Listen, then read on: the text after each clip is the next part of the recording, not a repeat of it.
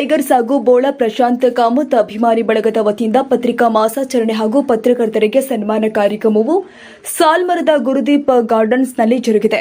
ಸಮಾರಂಭದಲ್ಲಿ ಮುಖ್ಯ ಅತಿಥಿಗಳಾಗಿ ಎಸ್ವಿಟಿ ವನಿತಾ ಪದವಿ ಪೂರ್ವ ಕಾಲೇಜಿನ ನಿವೃತ್ತ ಪ್ರಾಂಶುಪಾಲೆ ಮಿತ್ರ ಪ್ರಭಾ ಹೆಗಡೆ ಮಾತನಾಡಿ, ಸಮಾಜದಲ್ಲಿ ಆಗುವ ಅಂಕುಡೊಂಕುಗಳನ್ನು ತಿದ್ದುವ ಕೆಲಸವನ್ನು ಹಾಗೂ ಸರ್ಕಾರದ ಲೋಪದೋಷವನ್ನು ಸರಿಪಡಿಸುವಲ್ಲಿ ಪತ್ರಿಕಾ ರಂಗ ಬಹಳ ಪ್ರಾಮುಖ್ಯವಾಗಿದೆ. ಪತ್ರಿಕೆಗಳು ಸಮಾಜದ ಕನ್ನಡಿಯಂತಿರಬೇಕು. ಸಮಾಜದಲ್ಲಿ ಕುಂದುಕೊರತೆಗಳ ಮೇಲೆ ಬೆಳಕು ಚೆಲ್ಲುವ ಮೂಲಕ ಸ್ವಸ್ಥ ಸಮಾಜದ ನಿರ್ಮಾಣಕ್ಕೆ ಮಹತ್ವದ ಕೊಡುಗೆ ನೀಡುತ್ತಾ ಇದೆ. ಪತ್ರಕರ್ತನಾದವನು ಪಕ್ಷಾತೀತನಾಗಿರಬೇಕು, ಸತ್ಯವಾದಿಯಾಗಿರಬೇಕು. ಇದರ ಜೊತೆಗೆ ಆತನ ಮಾನವೀಯ ಮೌಲ್ಯವನ್ನು ರೂಢಿಸಿಕೊಳ್ಳಬೇಕು. ಸಮಾಜದ 4ನೇ ಅಂಗವಾಗಿ ಪತ್ರಿಕಾ ರಂಗವು ಸರ್ಕಾರ ಹಾಗೂ ಸಮಾಜದ ನಡುವಿನ ಕೊಂಡಿಯಾಗಿ ಸರ್ಕಾರದ ಲೋಪದೋಷವನ್ನು ಎತ್ತಿ ತೋರಿಸುವ ಮೂಲಕ ಪ್ರತಿಪಕ್ಷವಾಗಿ ಕೆಲಸ ಮಾಡಬೇಕು ಎಂದರು. ಈ ಸಂದರ್ಭದಲ್ಲಿ ವೇದಿಕೆಯಲ್ಲಿ ಕಾರ್ಕಳ ಪತ್ರಕರ್ತರ ಅಧ್ಯಕ್ಷ ಮೊಹಮ್ಮದ್ ಶರೀಫ್, ಮಾಧ್ಯಮ ಬಿಂಬ ಹಾಗೂ ಸ್ವಯಂ ಟೈಮ್ಸ್ ಸಂಪಾದಕ ವಸಂತಕುಮಾರ್ ಉಪಸ್ಥಿತರಿದ್ದರು. ಹಿರಿಯ ಪತ್ರಕರ್ತರು ಆದ ಕುಂಟಾಡಿ ದಯಾನಂದ ಪೈ ಹಾಗೂ ಕಾರ್ಕಳದ ಪತ್ರಕರ್ತರನ್ನ ಸನ್ಮಾನಿಸಲಾಗಿದೆ. ಸಂದರ್ಭದಲ್ಲಿ ನಿತ್ಯಾನಂದ ಪೈ, ರಾಮಚಂದ್ರ ನಾಯಕ್, ಪುರಸಭಾ ಮಾಜಿ ಸದಸ್ಯ ಪ್ರಕಾಶ್ ಆಚಾರ್ಯ, ಅವಿನಾಶ್ ಶೆಟ್ಟಿ, ಪ್ರದೀಪ್ ಆಚಾರ್ಯ, ಹರೀಶ್ ಅಮೀನ್ ಮುಂತಾದವರು ಉಪಸ್ಥಿತರಿದ್ದರು. ಹರೀಶ್ ಆಚಾರ್ಯ ಸ್ವಾಗತಿಸಿ ಪ್ರಕಾಶ್ ರಾವ್ ವಂದಿಸಿದರು. ಈ ಸಂದರ್ಭದಲ್ಲಿ ಶಿವಮೊಗ್ಗ ಯಾಕಂದ್ರೆ ಯಾವುದೇ ಒಂದು ಇದನ್ನು ಮಾಧ್ಯಮವನ್ನು ಹುಟ್ಟುಹಾಕುವಾಗ ಅದರ ಹಿಂದೆ ಒಂದಷ್ಟು ಕನಸುಗಳಿರ್ತದೆ, ಒಂದಷ್ಟು ಧ್ಯೇಯಗಳಿರ್ತವೆ. ಇಲ್ಲಿ ಇಂತಹದೊಂದು ಸಾಧನೆ ಮಾಡಬೇಕು ಅಂತ ಆ ಸಾಧನೆ ಪಥದಲ್ಲಿ ನೀವು ಯಶಸ್ವಿಯಾಗಿ ಎಲ್ಲರೂ ಮುನ್ನಡೆಯಿರಿ. ಇಂತಹ ಒಂದು ಯಶಸ್ವಿ ಕಾರ್ಯಕ್ರಮವನ್ನು ಆಯೋಜಿಸಿಕೊಂಡಿದ್ದೀರಿ. ಅದಕ್ಕಾಗಿ ನಿಮ್ಮೆಲ್ಲರಿಗೂ ಶುಭವನ್ನು ಹಾರೈಸ್ತಾ ನನ್ನೆರಡು ಮಾತುಗಳನ್ನು ಮುಗಿಸ್ತೇನೆ. ಧನ್ಯವಾದ.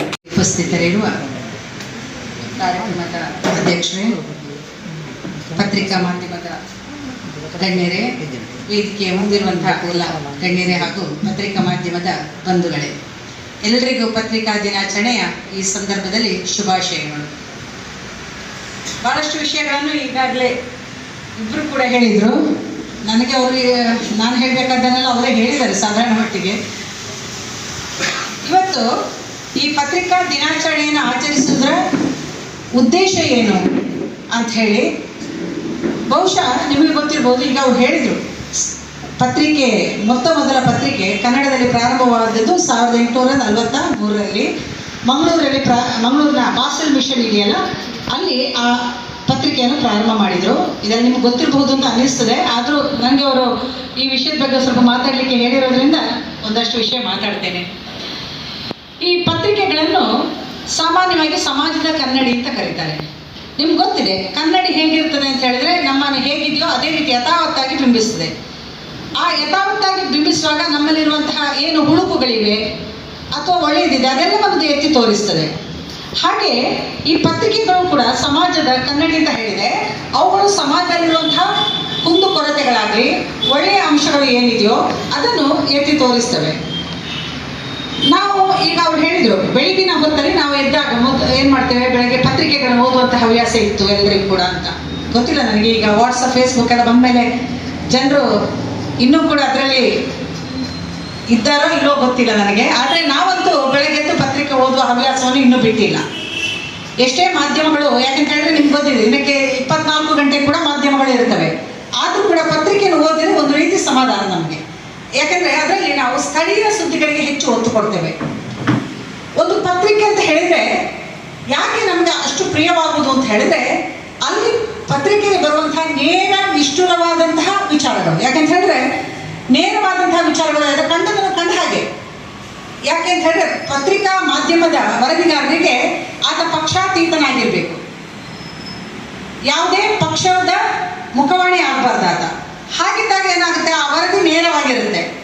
ಇಲ್ಲ ಅಂತಾದ್ರೆ ಆತ ಏನು ಮಾಡ್ತಾರೆ, ಅದನ್ನು ಬದಲಾಯಿಸುವ ಸಾಧ್ಯತೆಗಳು ಇರ್ತವೆ. ಅದರಲ್ಲಿ ವಿವಾದಗಳು ಹುಟ್ಟಿಕೊಳ್ಬಾರ್ದು ಅಂತ ಹೇಳಿ ಈಗಾಗಲೇ ಹೇಳಿದ್ರು ಅವರು.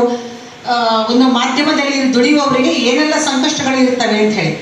ಸಾಮಾನ್ಯವಾಗಿ ಜೀವ ಭಯ ಇದ್ದೇ ಇರ್ತದೆ ಪತ್ರಿಕಾ ಮಾಧ್ಯಮದಲ್ಲಿ ಇದ್ದವರಿಗೆ. ಆದರೆ ಅದೆಲ್ಲವನ್ನು ಅವರು ಮೆಟ್ಟಿ ನಿಲ್ಬೇಕಾಗ್ತದೆ. ಒಬ್ಬ ಪತ್ರಿಕಾ ಮಾಧ್ಯಮದಲ್ಲಿ ಇರುವವನು ಸತ್ಯವಾದಿ ಆಗಿರಬೇಕು, ಸತ್ಯವಂತನಾಗಿರ್ಬೇಕು. ಯಾಕಂದ್ರೆ ತಾನು ಏನು ಕಂಡಿದ್ದೇನೋ ಅದನ್ನು ಆತ ವಿವರಿಸಬೇಕು. ಆದರೆ ಅದರಲ್ಲಿ ಮಾನವೀಯ ನೆಲೆಯಲ್ಲಿ ಆತ ಅದನ್ನು ವಿವರಿಸಬೇಕಾಗ್ತದೆ. ಯಾಕಂದರೆ ಎಷ್ಟೋ ವಿಷಯಗಳನ್ನು ಇದ ಹಾಗೆ ಬಿತ್ತರಿಸಲಿಕ್ಕೆ ಸಾಧ್ಯ ಆಗೋದಿಲ್ಲ. ಅದರಿಂದ ಸಮಾಜಕ್ಕೆ ಯಾವುದು ಒಳಿತು ಇದೆ, ಒಳಿತಾಗುವ ವಿಚಾರಗಳು ಯಾವುದು, ಅದನ್ನು ಆಲೋಚನೆ ಮಾಡಿ ಅದನ್ನು ಆತ ನೇರವಾಗಿ ಪತ್ರಿಕೆಗಳಲ್ಲಿ ಬಿಂಬಿಸಲಿಕ್ಕೆ ವರದಿಯ ರೂಪದಲ್ಲಿ ಕೊಡಬೇಕಾಗ್ತದೆ. ಈಗ ಹೇಳಿದ್ರು ಅವರು, ನಮ್ಮ ಈ ಪ್ರಜಾಪ್ರಭುತ್ವದಲ್ಲಿ ಪತ್ರಿಕೆಗಳಿಗೆ ಒಂದು ಮಹತ್ವವಾದ ಸ್ಥಾನ ಇದೆ.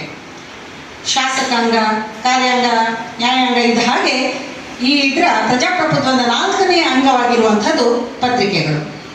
ಈ ಪತ್ರಿಕೆಗಳು ಏನು ಮಾಡ್ತವೆ ಅಂತ ಹೇಳಿದ್ರೆ, ನಾನು ಆಗಲೇ ಹೇಳಿದೆ, ಇದು ಸರ್ಕಾರ ಮತ್ತು ಸಮಾಜಕ್ಕೆ, ಜನರಿಗೆ ಒಂದು ಕೊಂಡಿಯ ಹಾಗೆ, ಸೇತುವೆ ಹಾಗೆ ಕೆಲಸ ಮಾಡ್ತದೆ. ಏನು ಸರ್ಕಾರ ಏನು ಮಾಡಬೇಕು ಅದನ್ನು ತಿಳಿ ಹೇಳುವಂತಹದ್ದು ಮತ್ತು ಆ ಕೆಲಸಗಳು ಆಯ್ತೋ ಇಲ್ವೋ, ಸರಿಯಾಗಿದೆಯೋ ಇಲ್ವೋ ಅದನ್ನು ಕೂಡ ಬಿಂಬಿಸುವಂತಹದ್ದು ಅದರ ಕರ್ತವ್ಯ ಆಗಿರ್ತದೆ.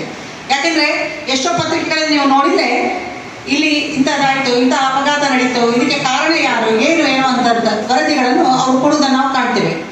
ಹಾಗೆಯೇ ಎಷ್ಟೋ ಪತ್ರಕರ್ತರನ್ನು ನೀವು ನೋಡ್ತೀರಿ, ಅವರೆಲ್ಲ ಕಾರ್ಯಕ್ರಮಗಳಲ್ಲಿ ಭಾಗವಹಿಸ್ತಾರೆ. ಅದು ಎಲ್ಲ ಕಾರ್ಯಕ್ರಮದಲ್ಲಿ ಭಾಗವಹಿಸ್ತಾರೆ, ಹೌದು, ಆದರೆ ಅವ್ರು ಯಾರಿಗೂ ಸೇರಿದವರಲ್ಲ. ಇದು ಒಬ್ಬ ನಿರ್ದಿಷ್ಟ ಪತ್ರಕಾರನಿಗೆ ಇರಬೇಕಾದಂತಹ ಲಕ್ಷಣ. ಅವನು ಎಲ್ಲ ಕಡೆಗೆ ಹೋಗ್ತಾನೆ, ಎಲ್ಲ ಕಡೆಗೆ ಆ ಪಕ್ಷದ ಕಾರ್ಯಕ್ರಮಗಳಿಗೂ ಹೋಗ್ತಾನೆ, ಇನ್ನೊಂದು ಪಕ್ಷದ ಕಾರ್ಯಕ್ರಮಗಳಿಗೂ ಹೋಗ್ತಾನೆ, ಆದರೆ ಅವ್ರು ಯಾರಿಗೂ ಕೂಡ ಸೇರಿದವರಲ್ಲ. ಅವ್ರು ಹೋಗ್ತಾರೆ ಎಲ್ಲಿ, ಅಲ್ಲಿನ ವರದಿಗಾಗಿಯೂ ಮಾತ್ರ. ಆದರೆ ತಾನು ಏನು ಬರಿಬೇಕು, ತನ್ನ ಗುರಿ ಏನು, ನಿರ್ದಿಷ್ಟವಾಗಿ ಸಮಾಜಕ್ಕೆ ತಾನು ಏನು ಕೊಡಬೇಕು ಎನ್ನುವುದನ್ನು ಆತ ತಿಳಿದುಕೊಂಡಿರ್ತಾನೆ. ಆದ್ದರಿಂದ ಒಂದು ಪತ್ರಕರ್ತನ ಬಗ್ಗೆ ಜನರಿಗೆ ಸಾಮಾನ್ಯವಾಗಿ ಅನೇಕ ಕಲ್ಪನೆಗಳಿರ್ತವೆ. ನಾವು ಮೊನ್ನೆ ನಾನೊಂದು ಕಾರ್ಯಕ್ರಮಕ್ಕೆ, ಬುದ್ಧ ದರ್ಶನ ಅಂತ ಕಾರ್ಯಕ್ರಮ ಇತ್ತು, ಜಮಖಂಡಿಗೆ ಹೋಗಿದ್ದೆ. ಜಮಖಂಡಿಗೆ ಹೋದಾಗ ಅಲ್ಲಿ ಅಜಿತ್ ಹನುಮಕರ್, ನೀವು ಕೇಳಿರ್ಬೇಕು, ಸುವರ್ಣ ನ್ಯೂಸ್ನವರು, ಅವ್ರು ಬಂದಿದ್ರು. ಒಬ್ಬ ಸೆಲೆಬ್ರಿಟಿಗೆ ಸಿಗುವಂತಹ ಒಂದು ಏನು ಅಭಿಮಾನಿಗಳು ಇರ್ತಾರೆ, ಅದು ಅವರ ಹಿಂದೆ ಇತ್ತು. ಅಲ್ಲಿ ಬೇರೆ ಬೇರೆಯವರಿದ್ರು, ಬೇರೆ ಬೇರೆ ಗುರುರಾಜ್ ಕರ್ಜಿಗೆ ಅವರಿದ್ರು, ಆಮೇಲೆ ಶತಾವಧಾನಿ ಗಣೇಶ್ ಅವರಿದ್ರು. ಆದರೆ ಅಜಿತ್ ಹನುಮಕರ್ ಅವರ ಹಿಂದೆ ಯುವ ಜನತೆ ಮುಗಿ ಬೀಳ್ತಾ ಇದ್ದದನ್ನು ಕಂಡು ನನಗೆ ಆಶ್ಚರ್ಯ ಆಯಿತು. ಅಂದರೆ ಒಬ್ಬ ಪತ್ರಕರ್ತ ನೇರ ನಿಷ್ಠುರವಾಗಿ ಇದ್ದಾಗ ತನ್ನ ವಿಚಾರಗಳನ್ನು ಆತ ಯಾವುದೇ ಭಯವಿಲ್ಲದೆ ಅವನು ಬಿಂಬಿಸ್ತಾನೆ ಅಂತಾದರೆ ಅವನಿಗೆ ಅಭಿಮಾನಿಗಳು ಕೂಡ ಹುಟ್ಟಿಕೊಳ್ತಾರೆ ಅನ್ನೋದು ನನಗೆ ಅರಿವಿಗೆ ಬಂತು. ಹಾಗೆ ನೀವು ಇವರ ಸಾಹಿತಿಗಳಾದಂತಹ, ಶ್ರೇಷ್ಠ ಸಾಹಿತಿಗಳು ಹಾಗೂ ಪತ್ರಕರ್ತರು ಆಗಿದ್ದಂತಹ ಡಿ.ವಿ. ಜಿ ಅವರು ಒಂದು ಕಡೆ ಹೇಳ್ತಾರೆ, ಪತ್ರಕರ್ತನಿಗೆ ಸ್ವಾತಂತ್ರ್ಯ ಇರಬೇಕು. ಆದರೆ ಅದು ಅವನಿಗೊಬ್ಬನಿಗೆ ಸೇರಿದಲ್ಲ, ಆದರೆ ಅವನಿಗೆ ಸ್ವಾತಂತ್ರ್ಯ ಇರಬೇಕು. ಆ ಸ್ವಾತಂತ್ರ್ಯ ಇದ್ರೆ ಏನಾಗ್ತದೆ ಅಂತ ಹೇಳಿದ್ರೆ ಅದರ ಪ್ರಯೋಜನ ಸಿಗುವುದು ಯಾರಿಗೆ? ಜನಸಾಮಾನ್ಯರಿಗೆ. ಅವನಿಗೆ ಯಾವುದೇ ಅಡೆತಡೆಗಳು ಇಲ್ಲದೆ ಆತ ಪರಾಧೀನನಾಗದೇ ಇದ್ದಾಗ ತನ್ನ ಮನಸ್ಸಿಗೆ ಏನು ಕಾಣ್ತದೆ, ತಾನು ಯಾವುದನ್ನು ಹೇಳಬೇಕು, ಸಮಾಜಕ್ಕೆ ಯಾವುದು ಒಳಿತು ಅದನ್ನು ಅರಿತುಕೊಂಡು ಆತ ಅದನ್ನು ಏನು ಮಾಡ್ತಾನೆ, ವರದಿ ರೂಪದಲ್ಲಿ ಕೊಡ್ತಾನೆ. ಅದು ಸಮಾಜದ ಬೆಳವಣಿಗೆಗೆ ಸಾಧಕವಾಗ್ತದೆ ಎನ್ನುವಂಥ ಮಾತುಗಳನ್ನು ಅವರು ಡಿ.ವಿ. ಜಿ ಅವರು ಹೇಳಿದರು. ಹಾಗೆ ಇವತ್ತು ಇಂತಹ ಒಂದು ಕಾರ್ಯಕ್ರಮವನ್ನು ಆಯೋಜನೆ ಮಾಡಿದ್ದೀವಿ, ನೀವು ಬಹಳ ಸಂತೋಷದ ವಿಷಯ. ಯಾಕೆಂದ್ರೆ ಹಾಗೂ ಪತ್ರಕರ್ತ ಮಿತ್ರರೇ, ಪತ್ರಿಕಾ ಓದುಗರೇ, ಬಹುಶಃ ಕಾರ್ಕಳ ಕಾರ್ಯನಿರತ ಪತ್ರಕರ್ತರ ಸಂಘಕ್ಕೆ 36 ವರ್ಷ ಆಯಿತು. ನಾನು ಇದರದ್ದು ಸಂಸ್ಥಾಪಕರಲ್ಲಿ ಓರ್ವರು. ಟಿ.ಆರ್. ನಾಯ್ಕರು JC ಇಂಗ್ಲೀಷ್ ಮೀಡಿಯಂಗೆ ಹೇಗೆ ಸಂಸ್ಥಾಪಕರು, ಹಾಗೆ ನಾನು ಈ ಸದಸ್ಯ 88ರಲ್ಲಿ ಆರಂಭ ಆಗಿದೆ. ನಾಡ್ದು ಅಕ್ಟೋಬರಿಗೆ 36 ವರ್ಷ ಆಗ್ತದೆ. ಮತ್ತು ಬೇಕಾದಷ್ಟು ವಿಷಯಗಳನ್ನು ಹೇಳ್ಬೋದು. ಟಿ.ಆರ್. ನಾಯ್ಕರು ಇರ್ಬೋದು, ನಮ್ಮ ರಾಮಚಂದ್ರ ನಾಯ್ಕ ಇವರು, ನಿತ್ಯಾನಂದ ಪೈ ಅವರು ಇರ್ಬೋದು, ವಸಂತ್ ಇರ್ಬೋದು, ಮೊಹಮ್ಮದ್ ಶರೀಫ್ ಇರ್ಬೋದು, ಪ್ರಶಾಂತ್ ಕಾಮತ್ರು ಗೇರು ಬೀಜದ ದರದ ಏರಿಳಿತದಲ್ಲಿ ಇದ್ದಾರೆ. ಯಾಕಂತ ಹೇಳಿದ್ರೆ ಪಾಪ 2-3 ವರ್ಷದಿಂದ ಈಗ ಏರಿದೆ. ಹಲ್ಲು ಇದು ಕಟ್ಟೆ ಬರುವಾಗ ಹಲ್ಲಿ ಇಲ್ಲದಾಗೆ ಆಗಿದೆ. ಯಾರ ಹತ್ರ ಕೂಡ ಸ್ಟಾಕ್ ಇಲ್ಲ. ಇದು ವಾಸ್ತವ ಸ್ಥಿತಿ. ಇದು ಕರೆಕ್ಟ್ ವರದಿ ಮಾಡಿದ್ದು. ಹೌದು. ಮತ್ತೆ ಕಾರ್ಕಳದ ಬಗ್ಗೆ ನಾನು ಹೆಚ್ಚಿಗೆ ಮಾತಾಡ್ಲಿಕ್ಕೆ ಹೋಗುದಿಲ್ಲ. ಯಾಕಂತ ಹೇಳಿದ್ರೆ ಮಾತಾಡಿದ್ರೆ ಒಂದು ವಾರ ಸಪ್ತಾಹ ಮಾಡ್ಬೋದು. ಕಾರ್ಕಳದ ಸಿಗಡಿ ಕೆರೆ ಶಿವರಾಮ್ ಕಾರಂತರಿಂದ ಉಳಿದದ್ದು. ಇದು ನಾನು ಒಂದು ಹೇಳ್ತೇನೆ. ಅವರು ಇಲ್ಲಿ ಬಸ್ ಸ್ಟ್ಯಾಂಡ್ ಮಾಡಿದಂತೆ ಇತ್ತು. ರಾಮಚಂದ್ರ ನಾಯ್ಕರು ಇದ್ರು, ವಾಮನ ಪ್ರಭುಗಳಿದ್ರು, ಬಳಕೆದಾರ ವೇದಿಕೆ, ಕಾರಂತರ ಮನೆಗೆ ನಾನು ಹೋಗಿ ವಿವರಿಸಿದೆ. ರಾಮಕೃಷ್ಣ ಹೆಗಡೆ ಮುಖ್ಯಮಂತ್ರಿ ಆಗಿದ್ದರು. ಕೆರೆಯಾಗಿ ಉಳಿಲಿ ಅಂತ ಕನ್ನಡಪ್ರಭ ಪತ್ರಿಕೆಯಲ್ಲಿ ಬಂದ ವರದಿಯ ಪರಿಣಾಮ.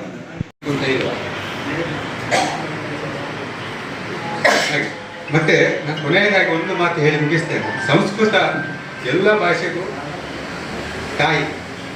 ಅದು ಗೊತ್ತಿಲ್ಲದೆ ಇವತ್ತು ಗೊಂದಲಗಳಾಗಿವೆ. ಸಂಸ್ಕೃತ ಯಾರು ಗೊತ್ತಿದೆ ಅವರು ಎಲ್ಲ ಕಡೆ ಸುತ್ತಾಡಿ ಬರುವುದು. ನಾವು ಸಂಸ್ಕೃತ ಸ್ಟೂಡೆಂಟ್ ಅಲ್ಲ, ಆದರೂ ನಮ್ಮ ಅಭಿಮಾನಿಗಳು ಮತ್ತು ಓದಿದ್ದೇವೆ.